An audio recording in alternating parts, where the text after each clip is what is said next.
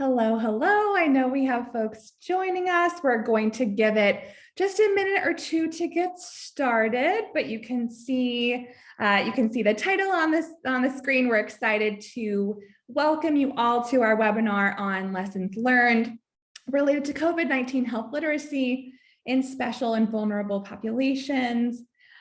We are going to give it another minute or two. All lines are muted just to prevent background noise, but certainly we would love to hear from you through this session. So please do utilize the chat box, the Q&A feature, if you'd like to share something with the group or with the panelists. We'll give it just one more minute and then we will go ahead.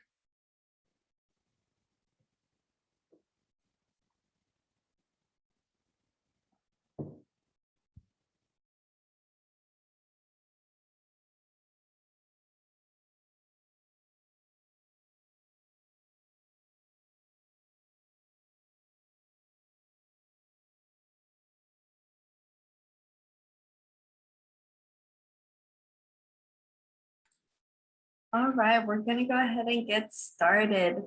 Welcome everyone. As Ariel mentioned, we do encourage you to participate with us this afternoon through the chat. We also have a Q&A feature available. So we welcome any questions for our panelists today, and we will have a specific Q&A following the main key questions during our presentation. Next slide. So just as a reminder, we are all placed on mute just to focus on today's presentation. Again, we try to eliminate any background noise, but we will have the opportunity for you to provide feedback or comments via our chat and, as mentioned, the Q&A feature. This webinar is also being recorded and we will be providing materials soon following the event. Next slide. I have the pleasure of being one of your moderators today. My name is Gladys Carrillo. I am the Director of Program Services with the National Center for Farmworker Health. And we're joined by my awesome colleague. I'll let her present herself and tell us a little bit about her organization. Wonderful. Thank you, Gladys. Yes, my name is Ariel Mather, and I'm the Program Manager of the National Center for Equitable Care for Elders. We can go to the next slide where we have just a little bit more information about our center. You'll see lots of links to our social media and website, as well as a general email. If you're not familiar with our center, we provide training and technical assistance to health centers across the country, focus on providing care to older adults. We do hope that you'll check out other TTA that we offer and certainly share with us any topics that you're interested in seeing in the future. You can go to the next slide and let Gladys tell us a little bit more about NCFH. Thank you. So the National Center for Farmworker Health, or NCFH, is a private nonprofit, also a training and technical assistance partner. We're located in Buda, Texas, and our main mission is to improve the health of farm worker families. So we're happy to join today's conversation to really talk about how health literacy impacts this vulnerable population. But we do welcome you to look at any of our website or social media platforms, connect with us so that you can learn a little bit more about the different trainings, resources, and services that we offer. Next slide. We also want to highlight the Health Center Resource Clearinghouse, which holds a lot of great information and actually contains a number of our resources from NCFH and NCECE, in particular to COVID-19. So we really wanted to highlight those COVID-19 resources, and we encourage you to explore the website to find additional information, and are happy to also provide that in the follow-up because this is a link that will be included in the PowerPoint. Next slide. So I actually now have the pleasure of introducing our speakers before we get to the main definitions. So joining us today, we have Dr. Tamara Cadet. Dr. Cadet is an associate professor at the University of Pennsylvania School of Social Policy and Practice. Dr. Cadet is a public health social work researcher who advances health equity by promoting health interventions and translating research to practice. Her work focuses on health disparities of older individuals, particularly those impacted by cancer or needing care and screening for cancer. Her work is at the intersection of health and social work, spanning the areas of evidence-based health promotion interventions, facilitators, and barriers to reducing disparities in preventative health behaviors. She also works in providing healthcare service utilization among vulnerable populations. Her work has a continuing focus on issues of health among the undersourced, underserved, and underrepresented, which has earned her a place as a leading scholar in the arena of social work and public health. She has been funded by the National Cancer Institute and National Institute on Aging. So we welcome Dr. Tamara Cadet. We're also welcomed by Venus Gines. And Venus is a 29-year-old breast cancer survivor who in 2017, after 25 years of survivorship, suffered a reoccurrence. In 2018, Venus retired as a faculty member at Baylor College of Medicine in Houston, teaching cultural competence and health literacy, as well as conducting research on Latino medical mistrust. From her personal experience with breast cancer and her sister's untimely death to cervical cancer, Venus founded Día de la Mujer Latina in 1997 as a national nonprofit organization celebrating its signature health fiesta in 40 states, Puerto Rico, Mexico, and the Dominican Republic. It provides the medically underserved Latina community with culturally and linguistically proficient health education, early detection, screening for cancer and other chronic diseases, culturally tailored preventative programs for Latino teens, and patient-centered navigation. She also has trained 4,512 promotores de salud or community health workers in Texas alone. Venus is a state certified instructor of promotores de salud or community health workers with DML, being the first approved bilingual Texas state sponsored certification training program. She developed a bilingual training curriculum on the subject matters that affect Latinas disproportionately, such as dispelling myths and rumors about women's cancers, STDs, patient-centered care, mental health, and more recently, COVID-19. On April 9, 2020, she launched the Telehealth Community Navigation Program, Behavioral Health Community Navigator, and in December 2020, the clinical trial Community Navigation Training, preparing promotores de salud to debunk misinformation on COVID-19 also began. So we welcome both of our speakers today and are very excited to learn about their expertise. I'll hand it over to Ariel to set the stage a little bit with some definitions before we jump in today's conversation. Wonderful. Thank you, Gladys. And just a thank you to those in the chat who are introducing themselves. You can feel free if you'd like to use the drop down and click everyone and share where you're coming from. Certainly that's going to be relevant as well throughout the session. If you have questions or concerns or things to share about your own experiences, certainly I think that we have a lot of good questions coming up for our panelists that you may have things to share about too. So feel free to use the chat box for that. As Gladys said, let's start just really briefly, since we're mentioning health literacy, to make sure we're on the same page about what that means.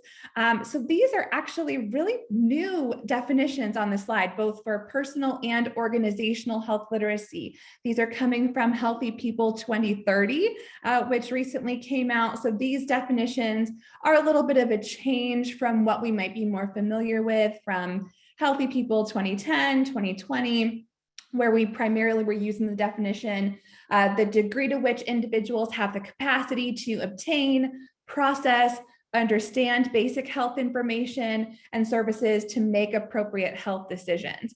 So these new updated definitions help to emphasize people's ability to actually use that health information rather than just understanding it. They also focus on the ability to make well-informed decisions. So not just appropriate, but really well-informed. Also incorporates a public health perspective, which we appreciate, and acknowledges that organizations have a role and responsibility to address health literacy. So I'm super curious to hear, like I said, from all of you in the chat around what your organizations are doing as you're helping individuals with their health literacy as well. So we can go ahead to the next slide. So just for everyone to understand where we're going for this conversation is we have several questions that we've given our wonderful panelists in advance, and we've put some key points on some slides, but you'll hear a lot of really good discussion between Tammy and Venus while we go through each of these questions. So we're starting with a basic one that we can go in a lot of different directions on. Again, our webinar is about special and vulnerable populations or under-resourced individuals. And for myself and Gladys, we're coming from centers that do focus on older adults and farm workers and their families, but this can really, this conversation can be expanded to a variety of populations. So all that to say, for this first question for our panelists, in what ways can health literacy impact health outcomes? And we'll go to the next slide where we'll keep some key points up during the conversation, but I'm gonna first turn it over to Venus to share for a few minutes and then invite Tammy to jump in as well. Sure, and I'm so sorry. I'm going to turn off the video only because of the bandwidth, but I will be happy to share some of the work that we've been doing. When we talk about these health outcomes, one of the things that we must remember is that there's two aspects in a person's lifetime when they go to see a doctor. One is to be underdiagnosed, and the other one is misdiagnosed. So when we say underdiagnosed, that means when the doctor doesn't have the full picture because the patient may feel intimidated about asking questions, or maybe doesn't even know that they have the right to ask questions, or the doctor may not be asking the right questions for them to get that information from them. So that's underdiagnosis, where the doctor may delay some of the life-saving treatment because of that. Not having that knowledge, but the patient may not completely understand the information that is given, and especially when they're giving a form to complete, they may not understand the form or the questions asked on the form, because some of those forms are in English, and when you have them in Spanish, they're literally translated. So of course, some of the Spanish translation is very poor. I've seen that even with some of our government sites. They're not culturally and linguistically appropriate. And then there's also that poor understanding of communication with the prior healthcare professional that may prevent important information from surfacing. Patients also may be embarrassed to speak about certain issues. So it all depends on, again, how the questions are asked by the provider and how it comes to the patient. Is it in a form that they can understand? And then the misdiagnosis, when you have your language differences, colloquialism, we don't all speak the same Spanish, and that can lead to misunderstanding. And description of certain illnesses may differ. So these are the kinds of things that we teach our promotores and community health workers to understand, that there's two main issues that their work is cut out for them to work with patients that have low health literacy. That's, Venus, I completely agree with you. I think, as I was listening to you talk, it made me think of sort of this overall idea of sort of preventive health or preventive health care. And, so often folks with limited health literacy or low health literacy, they don't understand, or there is this miscommunication. And so then they're not doing the things that are preventative. And then we have, they end up having, not so great health outcomes, whether it's related to cancer or diabetes or any number of concerns, because we haven't done the work to help them understand what it means to do this, to be involved in sort of preventative health and preventive health care. And that's certainly related to mistrust. It's certainly related to how we talk to them or don't talk to them. Certainly how we treat them, all related to this idea of health literacy and the fact that there are just late diagnoses of serious health concerns. And that becomes what I consider sort of an incredible an opportunity for us to sort of think about how to fix that. Great. Well, we can certainly come back to some of these points as we go along, but thank you both so much. We can go to the next slide. All right, so we are going to focus a little bit of time on social determinants of health. So curious for both of your perspectives on how SDOH intersects with health literacy levels. And again, especially as both myself and Gladys are focused on these two populations of agricultural workers and their families, as well as older adults, but certainly there's many different populations that SDOH could really intersect for related to low health literacy levels. So we can go to the next slide just for the key points, and we can have Tammy start. So I thought it was just important for us to pay attention to what the social determinant of health domains are, and thinking about sort of all of the various domains, whether it's economics or education, access and quality of healthcare access, neighborhood and built environment, and social or community context. And I think, before I start, I kind of think about this idea of like one size doesn't fit all. So one size doesn't fit all as we think about health literacy, but these domains affect different populations. They're going to affect agricultural workers different than older adults, different from other vulnerable populations. And so make sure that we are all sort of thinking about the fact that it is the individual as we think about some of this stuff. But, let's talk about this idea of if folks don't have access to healthy food, and having access to food actually is a social determinant of health, or they're in what they call the food desert, where there are not grocery stores and you've got more convenience stores, then they're less likely to have good nutrition. And what we know is when you don't have good nutrition, then there are all sorts of other health conditions that really can play an impact on that. And so, what happens to those folks? We start to see lower life expectancy levels. We start to see, frankly, dental issues because we've got folks aren't eating right, or they're not eating as healthy as we would like them to eat, recognizing that there are different cultural issues around sort of what you eat and what you don't eat. And so we know some of those risk factors for low health literacy or limited health literacy are folks who are older than 65, folks who may be of lower socioeconomic status, which may be a lot of the populations that we're all working with.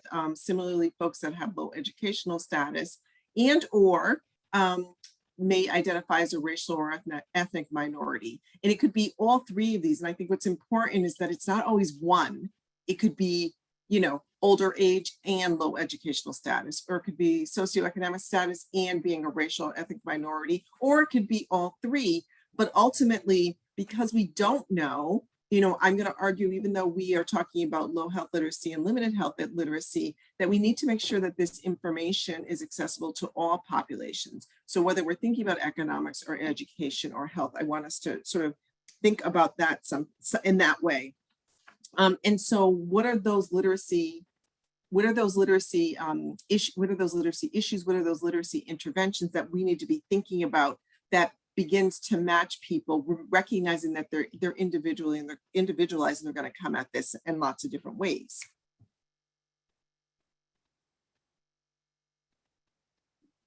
Great. Venus, anything you want to add to this for social determinants of health? No, I think you did a great job, Tammy. I just wanted to also add to the fact that, we're looking at transportation, which has been a real issue here in some of the rural communities. Yes. If you don't have transportation to some of these sites or a clinic or a nearby clinic, that's also a key deterrent. And it affects people's ability to either take time from work and try to find a way to get to these sites, or whether it's for COVID or for cancer treatment or diabetes management. You've got to understand that transportation has been a real issue for so long in our communities, and that's what we're finding out right now is a big deterrent. And then we have to look at our seniors. Many of them are really fearful. They don't have a family member who can take time off from work to get them to the doctor. Sometimes their eyesight may not be the best, so they may take medication or more medication than they're supposed to. Right. There's all of these other issues when we're looking at, our elderly population and some of the issues that they're going through. So it is a type of topic just on social determinants of health that I think Tammy and we could sit there for 6 hours and talk about it. Absolutely, because as you said that, I was thinking, so often, transportation, especially in rural areas, then all of a sudden, the providers are like, well, why aren't they coming? And then you say, well, because they can't get here. because there's no transportation. Could we imagine going back to the days where we went to the patients versus the patients coming to us? Yeah, those were the days. Uh-huh. But And you're it absolutely worked. right. And it Yeah. worked. Yes. And when you mentioned about the neighborhoods and the food deserts, we also see the fact that, even some of our folks are not eating the right food or not understanding the labels, and there's a lot of other issues because of literacy levels. They may not understand that so many foods are they've got so much process in there. So it's all of those things that we have taken into consideration when we're looking at health literacy and social determinants of health. Absolutely. Absolutely. Yes, we could talk for 6 hours because I have 3 more thoughts, but I won't. I know Ariel's going to keep us on schedule. So I know. And I will add too that in particular to the ag worker population, social determinants of health have been a continuous challenge for agricultural workers, and even more so for those that are disabled or already elderly ag workers, right?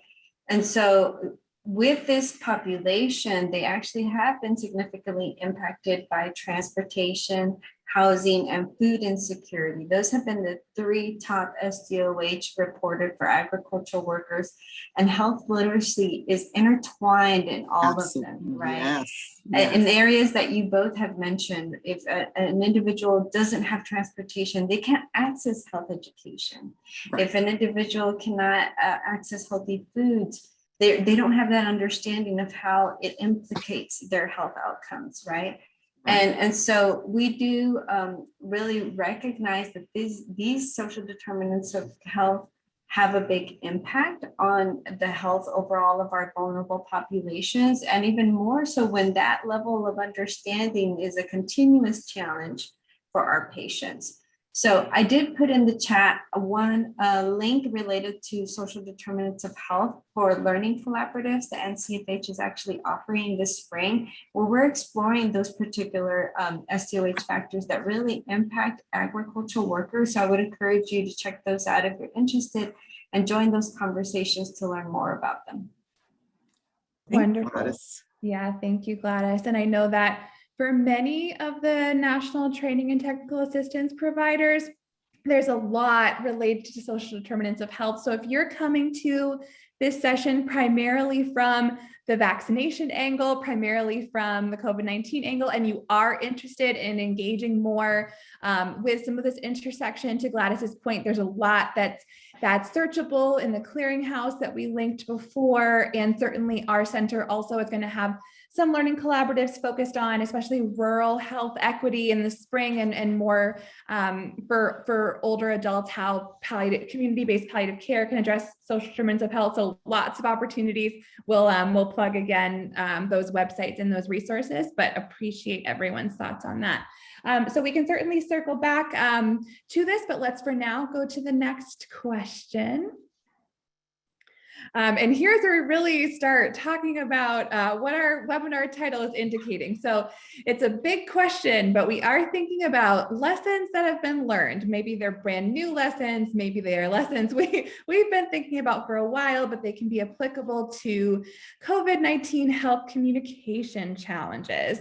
So we can go to our key points slide. Venus, do you want to start with this one? Yes, absolutely. This is a bone of contention for me and for our promotoras and community health workers, because a lot of the information that was coming out initially, was coming out in certain websites, and I won't mention names, government websites, and the literacy level was 12th grade and above. There was a lot of text. A lot of people didn't understand what COVID-19 was really going on, what was really happening, but they do know how to get on Facebook and hear all these so-called, doctors that are not even doctors, but are claiming to be doctors, and telling everybody not to worry, that this is not a real serious issue, that it is something that it's a conspiracy and blah, blah, blah.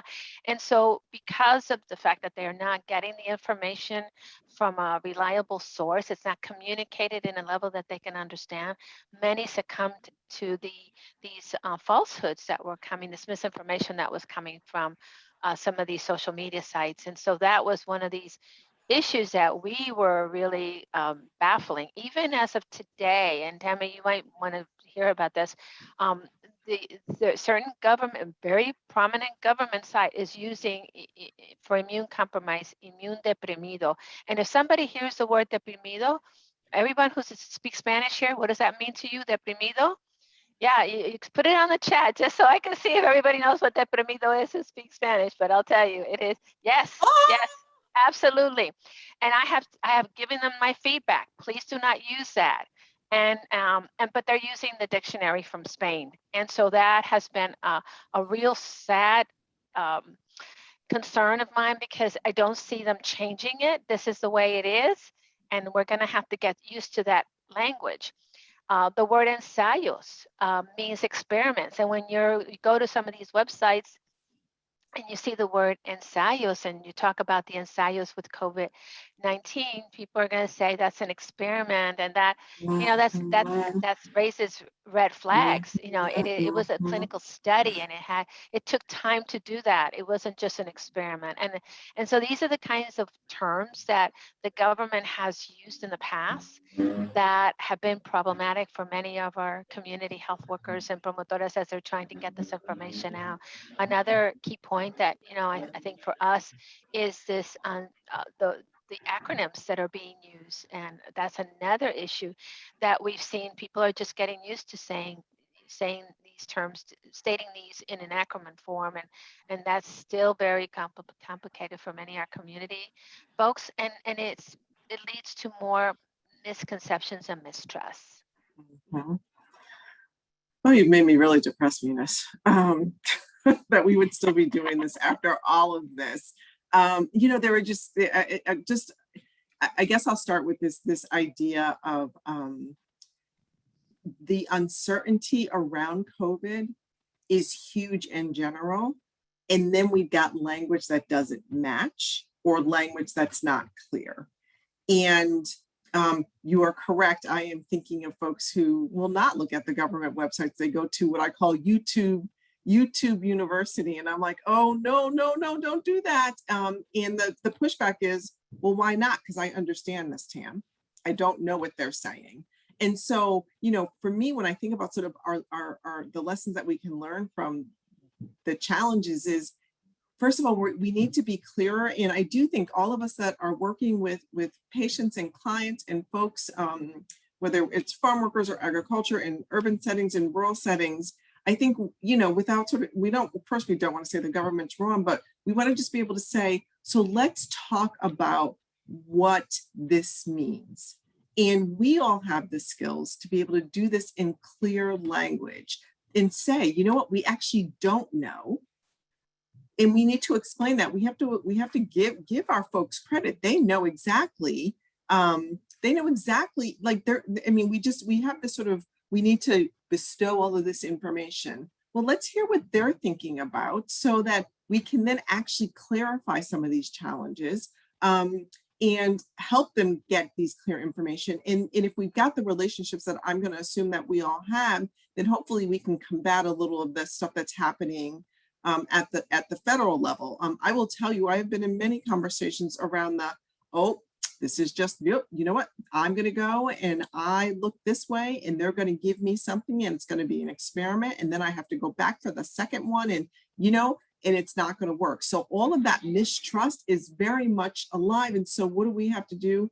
Be clear about transparency, be clear about the information, and explain that we don't know it all. And I know we live in a society, in a world where we want exact answers, but we don't have exact answers today. Yeah, I agree with you, Tammy. In fact, we have a whole class just on plain language, because we've got to make sure that our community understands how important plain language is, especially in our community. So many people are just so confused. And some of the things that we have seen, some of the issues that we have seen is when you use a passive voice, and you paint this as a big picture, as opposed to letting them be more active voice and saying this is something very serious, such as many deaths have been attributed to COVID-19. Doesn't say a whole lot, but if you just state it, COVID-19 is responsible for millions of lives, punto. That is more active. That is just exactly, and that's the way clear. you use it, absolutely, you have to be more clear. Use active voice all the time, and tell stories.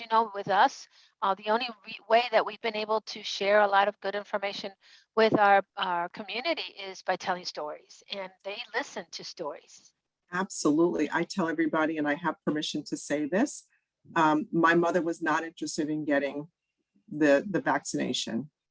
And I pleaded, begged, bribed, you name it. I was trying to get it. And she was like, no, I don't know what it is. I hear this on the news. I hear this, and she's all over the sort of different websites. And so finally I said, I started where you were, Venus. I said, Mom, many people have died. Many millions of people are dying as a result of this. And she said, well, that's not me. So then I was very clear, and this is a family member. I was like, well, you can die if you get this, and you can die from your grandchildren who may have it and they may not get it. And that did it. Yep, that'll do I it. was pointed, and we can't necessarily, this is a family member, so I could be a little bit more pointed than I would be with sort of clients that I work with or patients that I'd be with, but it really does go down to, so tell me what your concerns are. In the same way that we build relationships with all the work that we do with patients and clients, listen to their concerns. We can't fight them on it, and then work to make it clearer and say, well, that doesn't seem quite true. So tell me where you heard that from, and then have sort of say, well, let's talk about these other 3 or 4 points that are a little more fact-based. And you wouldn't say fact-based, but at least in your head, you're thinking that. Absolutely, absolutely. I think that's the way to go, is immediately say, well, instead of just hitting them on it and say, you shouldn't be looking at this, just say, let's get the real good information from the reliable source. Let's go Yes. and help them, guide them through that. Open up the computer and let them know what are the most reliable sources that are built on research and have done a considerable amount of research on that. And then, even looking at some of the ones that they have looked at, some of the Facebook, and say, how do you know that this person is really a doctor? Just because they put a white suit on, a white jacket on, does that mean that, that they are a doctor? Right. What do you know about this doctor? Let's look it up. And then I actually take that name and put it on the website and say, see, it's a nobody. Right, exactly. So challenge their assumptions gracefully, politely, and respectfully. Mm-hmm.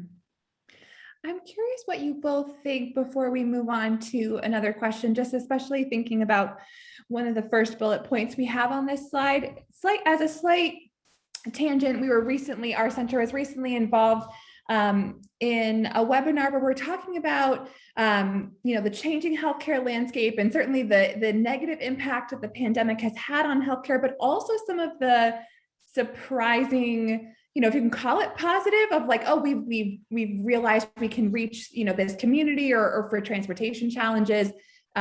Some folks have been able to connect with their providers more during the pandemic because they were able to do it virtually. So anyway, just thinking about the more positive side of lessons learned, is there anything that either of you want to mention around this first bullet point of recognizing strengths of communities, resiliency, especially when it comes to various populations? Is there anything else you want to mention here around lessons learned from, whether it's the pandemic in general or thinking about those health communication challenges?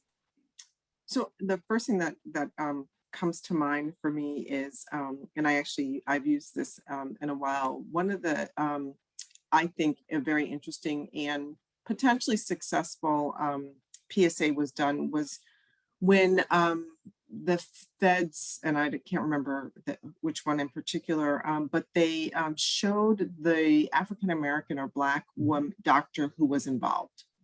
And then there were sort of a series of PSAs of quote unquote prominent Black health folks, for lack of a better word, that were talking about it.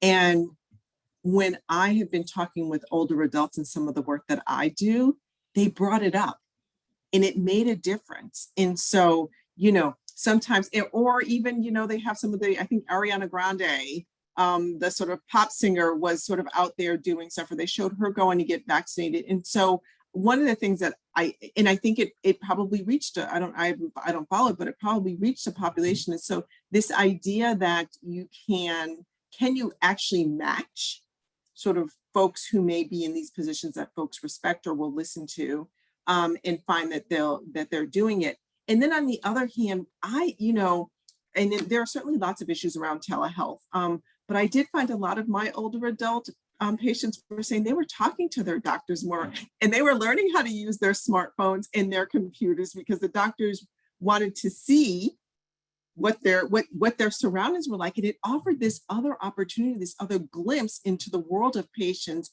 who could do it. And there's certainly the digital divide, and many people don't have access to these things. But for those who did, and I have to say, in some of the work that I did, more of my 75 and 80-year-olds had smartphones than I could have imagined during this time. And they were trying to figure this out. So I really do think that is part of the positive side, is that they learned how to use their smartphones better. They got to talk with their providers a little bit more. Some were like, oh, yeah, I will. Well, how do you get your prescriptions? Oh, I just call CVS and they deliver them to me now, kind of thing. And so in some ways we were able to mobilize to meet some of their needs, not all of their needs, and certainly not everybody. I totally agree with you, Tammy. And for us, it's been our promotoras and promotores. God bless them. They're the ones that are really have lived some of those system and cultural barriers. They know how to communicate with the community. They have built that trust in the community. They've established those interpersonal relationships with many folks in our community, and they have built that community resiliency in various occasions, whether it's in health fairs or health fiestas or other activities. For us here is Banco de Llamadas. The TV stations usually invite us to be part of the Banco de Llamadas, the phone banks. But they recognize that there's key people that are like them, that look like them, that can speak to them in a way that's respectful, like you pointed out, Tammy. I think that's really key.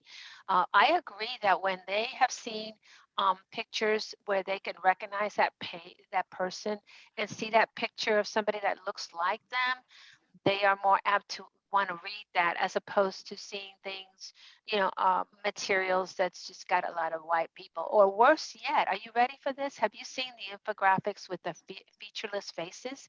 Do you know that in certain parts of Latin America, a featureless face is a sign of domestic violence? I would not have known that had it not been my promotoras who have shared that with me. But these are types of communication mediums that we need to understand, that for some people, if they're looking at something and they have these stick figures or featureless faces, they're going to think to themselves, well, I don't suffer from domestic violence, I don't need to read That's that. not me. So yeah, those are the kinds of things but they understand some of these images, what they mean to them. So we need to look at what these images are for them, what kind of what kind of feedback we can get from them when they see these images, and then we'll know how to tailor our programs or promotional material a little bit better. Is asking them. Sometimes we think we know how to address some communication and promotional material and how to address their needs, but it's better for us to ask them first. Well, how do they want to see this first? And then from there, build it according to their needs. Absolutely. Ask. We fall into the habit of assuming. Assumptions get us in trouble. Yes, absolutely. All right, we can go just to the next question. We have just a couple more, and certainly I know we've had a couple of questions in the chat. We'll get to those towards the end. At any point, if this is sparking questions or feedback, feel free to put that in the chat or the Q&A. So we talked about a little bit lessons learned, promising practices specifically around addressing all of the misinformation we have seen out there around COVID-19. Let's go to the key points slide. Tammy, you want to go ahead and take the first pass of this? Sure, and I'm going to apologize. Of course, there's just a little bit of noise above me, so I hope it's okay. I think, we started to talk a little bit about this, and I was thinking about it, this idea of misinformation. And so, whether it's a promising practice or it should be a promising practice, why would we repeat mistakes? We know the mistakes around misinformation and miscommunication. What what are the existing best practices for tackling misinformation? And if it's not there, how can we create it? I'm looking in the chat. There are certainly lots of ideas there. Venus and I have talked about some of the ideas.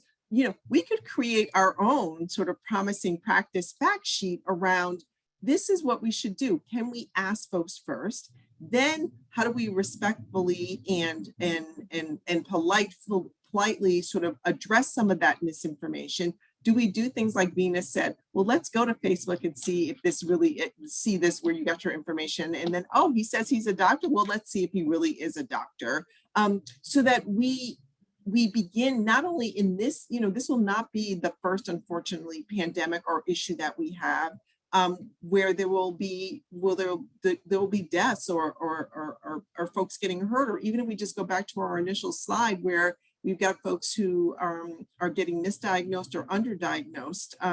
You know, why can't we sort of take what we know works? We know lay navigators, and I'm not going to try and pronounce this, Venus, because I'm not Spanish. I'm going to say promotores. We know they work. The evidence says that they work. People trust information from people that they know, that are part of their community, that know them. And that is really sort of what I would call our first set of steps around use the folks that do this work every day, that are in these folks' houses, that see them every day, that they can walk down the street and say, oh yeah, I know that person. And you know, I trust what she says. So if she says I should do this, then maybe I should do it. I agree. And I think you see it on the third bullet, the Telehealth Community Navigation Center. That's something that, you know, when COVID hit, we developed the first training for promotores and community health workers in February of 2020 that was approved by the state of Texas. And we did it, we developed it in Spanish and English, and over 3,000 people were privy to that in the beginning stages in the early weeks of March. And then we had it open for everybody else. The reason being is that we, at first, when we developed this, we never imagined it would be a pandemic. Because we worked with Zika, we already knew that some people will be victims to misinformation, and so we wanted to make sure that our promotoras were ready. And so we had 10 hotlines all over the communities, and then we also built this Telehealth Community Navigation Center, which is, you know, one place where people can call. We have a Spanish and English line. I put it on the chat, but it's completely free. But it's our way of connecting people to the right sources, and to give them the right information. If they need transportation, to make sure that they have that information available, and also we have a program called Hablando Entre Nos, which is a Saturday Facebook Live at noon Central Time, and that's where we have an attorney there, a medical provider or researcher from Baylor or from one of the universities or from UT. But more importantly, we're there to answer questions. So we're there for the community, and these are I believe trusted sources of information for people who cannot go to some of these government websites, because we'll get information from the government websites, but we'll tailor it to be culturally and linguistically appropriate according to class standards. Wonderful, thank you. And that is so critical. I was just going to add, especially to communities that really rely on media, right? So in knowing your patient populations, really discovering what works for them. Is it social media, Facebook Live events? Is it WhatsApp? Is it the radio? So being familiar with what those communication channels are has been really a great way to address misinformation and to communicate accurate information. That's one of the practices that I would also recommend, is really utilizing the correct media channels or communication channels that really work for your communities. Yeah, it really speaks to the not one size fits all of really understanding who you're speaking to, and not only the types of language, the types of examples, but the actual way it's the channel it's being communicated in. I think that's a great point, Gladys. Thank you. I think we have one more question that in our slides, and then we have a few questions from the chat, and I would love to hear more from folks. I know folks are already sharing some resources together there, but we're going to kind of expand the question to our panelists around patient engagement, especially because, as we've just said, there's not really a one-size-fits-all approach. There's not really one magic solution for addressing misinformation and getting, all patients just to get on board with saying, okay, great, I want my flu vaccine, I want my COVID-19 shots and booster. But certainly there's something to be said about the way that we're improving patient engagement and shared decision making. So I would love to go to our key point slide, and we'll see, Venus, do you want to take this question first around supporting and improving patient engagement? Absolutely. Of course, my favorite topic, promotoras and community health workers. Our first promotoras training was in 1997, and we have been training promotores and community health workers because I'm very passionate about the fact that even when I was growing up in Puerto Rico and New York City, we always had that one person in the neighborhood who we could take that letter that was written in English and say, can you help us read what's going on here, or that bill, or just somebody who, you can call and say, I'm afraid to go to the doctor, but I have these things going on. And that person will be the person to say, well, let's find a way to get you over to this doctor. He's a really good doctor, that kind of person. So the promotores model, community health worker model, has been around for, decades. But today we have to look up to them for their value as messengers and influencers. They're the ones that are getting key messages out there to our community, making sure that the language is at a level that people can understand. But they need to also be integrated into the healthcare system, and professional providers and healthcare professionals need to see that their value is worth the price and gold, because we miss out on a lot of our patients because of their fear and mistrust. And here comes the people who have already, like I said, have lived those issues, have suffered through some of those social determinants of health, understand the importance of bringing the language down a little bit to the level that they can feel comfortable, having less text and more pictures and graphics and models, if you can, as you're training or educating anyone about any particular health issue. But healthcare professionals need to understand that if they don't integrate these valuable, key, trusted members of our community, they'll still have the same issues when it comes to patient engagement. People will not be more open to providers if they don't have that one person that they can trust. I completely agree. I think all that I'll add is sort of a little bit of what I talked about before is, if you're just talking about patient engagement on the surface, we don't fight with our patients. Healthcare professionals should be saying, okay, go get the flu shot, go get the COVID shot, and think that something's going to happen if there are concerns or fears about doing that. And then when they don't do it, then all of a sudden, we're considered, not compliant, unmotivated, with, you name the words for it. And then there's sort of this idea of, well, how do you ask them, or how do you understand what they know about different things? How do they, if they have if you have materials to share with them, all the things that Venus said about, more pictures, more white space and all of that. And that, is what I often use in some of the work around shared decision-making materials that I've been working on. And, when you think about shared decision-making between patients and providers, it really is supposed to be this sort of collaborative relationship. And yes, in some cultures, they believe the healthcare provider is in charge and should be telling them what to do. But as we're seeing with COVID-19 boosters, or even COVID-19 vaccinations, perhaps with flus, that's not going to be enough. So how do you have healthcare providers really engage and collaborate with patients to clarify their values and to clarify their preferences and to clarify their understanding around how they're making decisions? And then you can begin to sort of say, oh, okay, well, if this is important to you, would you consider that? If that's important to you, would you consider that? You also can have providers can also use everybody, at least in my world, everybody talks about this idea of teach back. You have a conversation about the flu shot or any issue that you want to engage a patient in. And then you say, so help me, repeat back to me what I said. And that begins to establish a relationship between the provider and the patient, but it also gives both the patient says, oh, the provider is actually listening to me. I'm going to share more. And the provider, and I know time is always short for providers, but the provider then has sort of has some background information around the how and the why of decision making.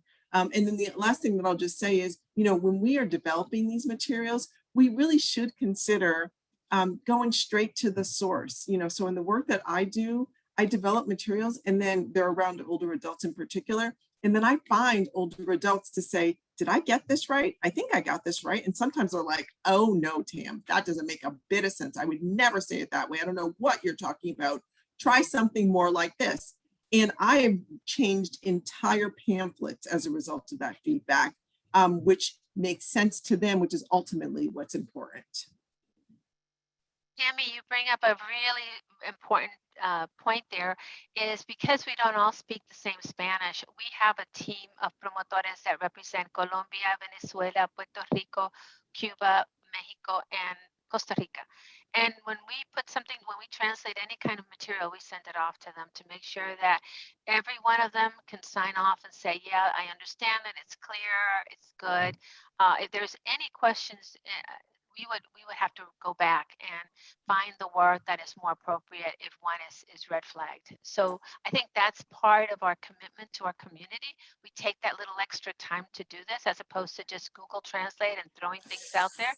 I mean, you and I know how we That's can dangerous. pull our hair when we see some of these things that are Google translated. But again, I think that's again the value of having these promotores and community health workers. And on another topic, even when it comes to patient engagement, we don't have enough people that represent our Latinx community involved in clinical trials and participating in clinical trials, only 2%. And that is another opportunity that we miss out, because the information is all in English, it's high level. These informed consent forms are really, again, high level, using a lot of acronyms. And again, our people miss out on this opportunity for clinical research trials. So these are the kinds of things that we have to look out for. And thank God that we have our promotores, community health workers who red flag anything that they see that can be a deterrent to our community. And yet we want to include Latinx folks in clinical trials, but we're unwilling to do the work to get them there.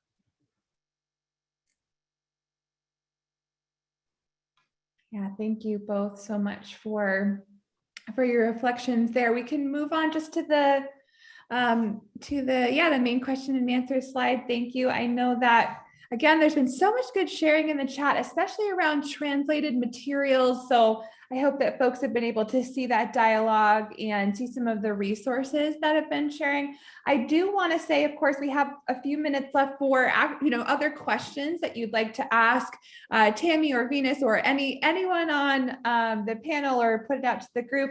But I do just want to mention that we had a few folks just recently say in the chat, just recognizing how many patients may have experienced, especially from subcultures, profound medical abuse, whether the invasion of police state and medical settings, forced treatments, all leading to the idea they're not actually going to maybe trust their providers to listen to them, and thinking about provider arrogance, and certainly hearing, especially what you're saying, Tammy, about providers, approaching with, shared decision-making materials, or Venus talking about the value of community health workers. There's so much good, but there's also many providers who may not be engaging patients in that way, and some of the patients' lived experiences may really lead them to a lot of mistrust, which we touched on very briefly in the beginning. But I didn't know if there's anything else either of you wanted to reflect on there, just acknowledging the importance of that feedback. As you were talking, Ariel, could we imagine that providers acknowledge that there's mistrust? Could they say, Ariel, we know in your community there has been this mistrust. Is that how you feel? That I think that goes a long way. And I think there was something in the chat that I think maybe it was that when they talked about the provider arrogance. If we are about doing the work of taking care of folks, and we're about wanting to make them healthier, then it is about sort of saying, you know, I know this has been a problem in the past. Let's talk about it because this is where I'd like us to get to.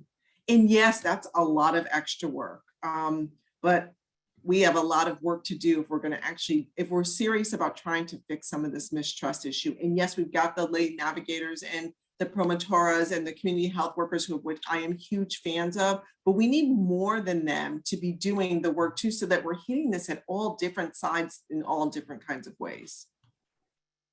And Tammy, I agree. I think one of the things that we have not touched on is the advocacy piece.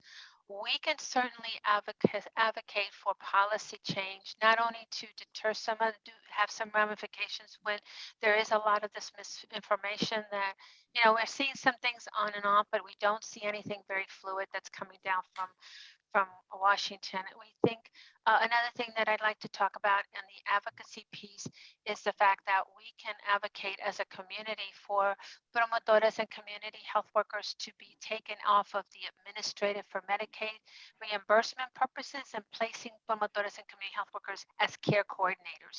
And we're doing this in Texas, but if every state, you know, had their community health workers trained and had them be integrated into medical clinics where the doctors can, you know, get Medicaid reimbursement from their services as care coordinators, that would be a huge opportunity for more community health workers to be integrated into all of these clinics and hospital systems, and we will all benefit from it. So that's another advocacy piece that I like to bring up.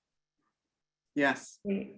Thank you. And just acknowledging that we have just a few moments left, I do see a question around if there's going to be a recording. Yes, we will share the recording very soon. We're going to have it closed captioned, and we will send that to folks. And just very quickly, in the minute or two we have left, Venus, there's a question around your Facebook Live program around how effective the initiative has been so far in dispelling misinformation around the vaccine, how many languages it's conducted in, what have been some challenges and opportunities for growth. So there's a lot of questions, but if you want to take another minute or two just to reflect on the Facebook Live program, Sure. that would be great. Sure. So the program Hablando Entre Nos, we have community conversations. We started that in April of last year, and the reason we did is because the two people that are facilitating, one of them, she is a news director for Univision, and she was part of our board, and the other one is an attorney, and both of them are part of our board, and that's when we decided to have something available for our community when there were so many questions and not enough answers for our community health workers and promotores. We set up Hablando Entre Nos, and this is where we haven't even gotten into a point where we're promoting it on a national basis, which we're going to do pretty soon. But initially, it was a project that we started and piloted in Texas, and we're having all of our promotoras and community health workers come in with questions, and our attorney is able to answer them.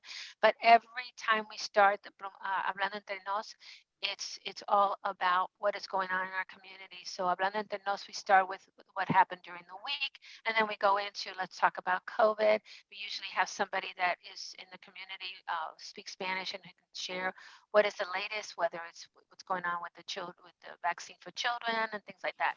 Then the other is signing off with the questions and answers from the attorney.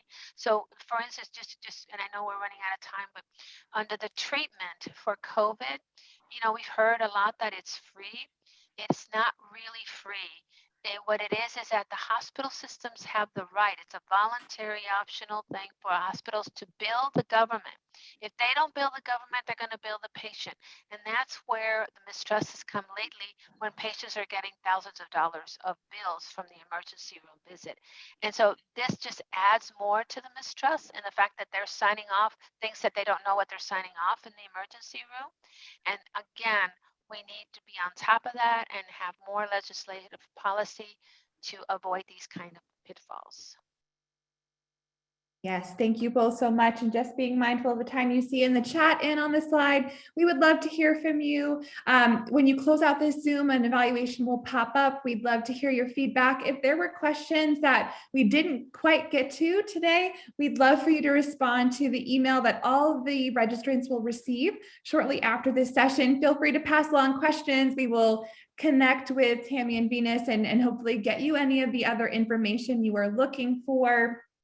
And certainly there's been lots of resources in the chat from NCFH and NCECE on upcoming or archived training and technical assistance activities.